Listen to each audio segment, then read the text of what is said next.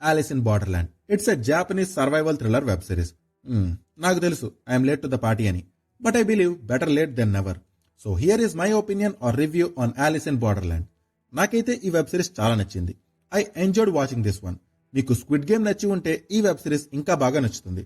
నా వరకు ఈ వెబ్ సిరీస్ స్క్విడ్ గేమ్ కంటే కూడా బాగుంది. ఇప్పటి వరకు 2 సీజన్స్ వచ్చాయి అండ్ 2 సీజన్స్ కూడా సూపర్ గా ఉంటాయి. ఇందులో కూడా డిఫరెంట్ టైప్స్ ఆఫ్ గేమ్స్ ఉంటాయి. ఆల్మోస్ట్ అన్ని గేమ్స్ చాలా సూపర్ అండ్ థ్రిల్లింగ్ గా ఉంటాయి. బట్ కొన్ని గేమ్స్ ఉంటాయి గురు, మన థ్రిల్ మీటర్ బ్లాస్ట్ అయిపోయేలా ఉంటాయి. ఈ వెబ్ సిరీస్ స్టోరీ గురించి చెప్పాలి అంటే ఆరిసు, క్యారుబే అండ్ చోటా ఈ ముగ్గురు ఫ్రెండ్స్ ఒకరోజు కలిసినప్పుడు సడన్ గా వాళ్ళ చుట్టూ ఉన్న మనుషులందరూ మాయమైపోతారు అండ్ వాళ్ళు బలవంతంగా కొన్ని గేమ్స్ లో పార్టిసిపేట్ చేయాల్సి వస్తుంది. ఆ గేమ్స్ ఎలా ఉంటాయంటే ఆ గేమ్ లో మనం ఓడిపోతే గేమ్ నుంచి బయటికి వెళ్ళం కానీ డైరెక్ట్ గా పైకే పోతాం. అయితే అసలు ఆరిసు అండ్ అతని ఫ్రెండ్స్ ఎక్కడున్నారు, వాళ్ళని ఎవరైనా కిడ్నాప్ చేశారా, అయితే మిగిలిన జనాలు సడన్ గా ఎలా మాయమైపోయారు, ఆరిసు అండ్ అతని ఫ్రెండ్స్ టోటల్ ఎన్ని గేమ్స్ ఆడాలి, ఇవన్నీ తెలుసుకోవాలంటే మీరు ఈ వెబ్ సిరీస్ ని చూడాలి. Story of this web series was very good. ఈ వెబ్ సిరీస్ స్టోరీ ఏదైతే ఉందో అది కొంచెం యూనిక్ అండ్ డిఫరెంట్ గా ఉంటుంది.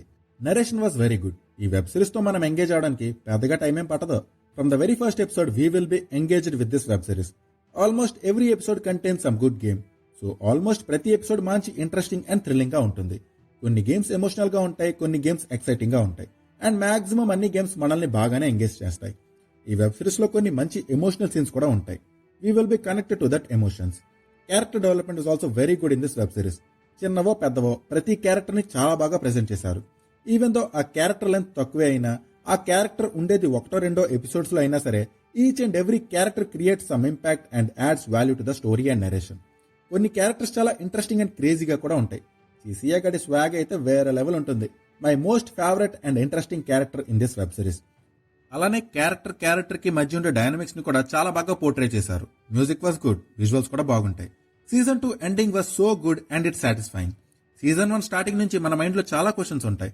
అసలు ఆ గేమ్స్ ఎవరు కండక్ట్ చేస్తున్నారు, వీళ్ళు ఇంకా ఎన్ని గేమ్స్ ఆడితే గెలిచినట్టు, ఇంకా ఇలాంటి చాలా క్వశ్చన్స్ మన మైండ్ లో రన్ అవుతుంటాయి.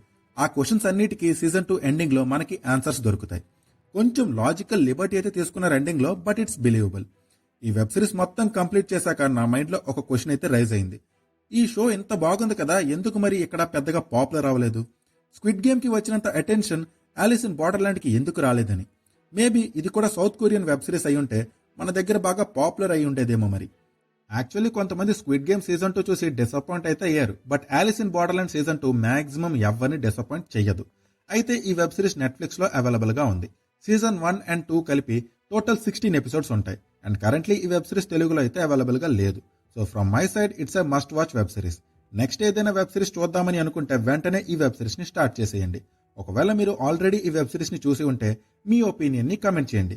నా వీడియో నచ్చితే లైక్ చేయండి, షేర్ చేయండి అండ్ సబ్స్క్రైబ్ చేసుకోవడం మాత్రం మర్చిపోకండి. Thank you, take care, bye.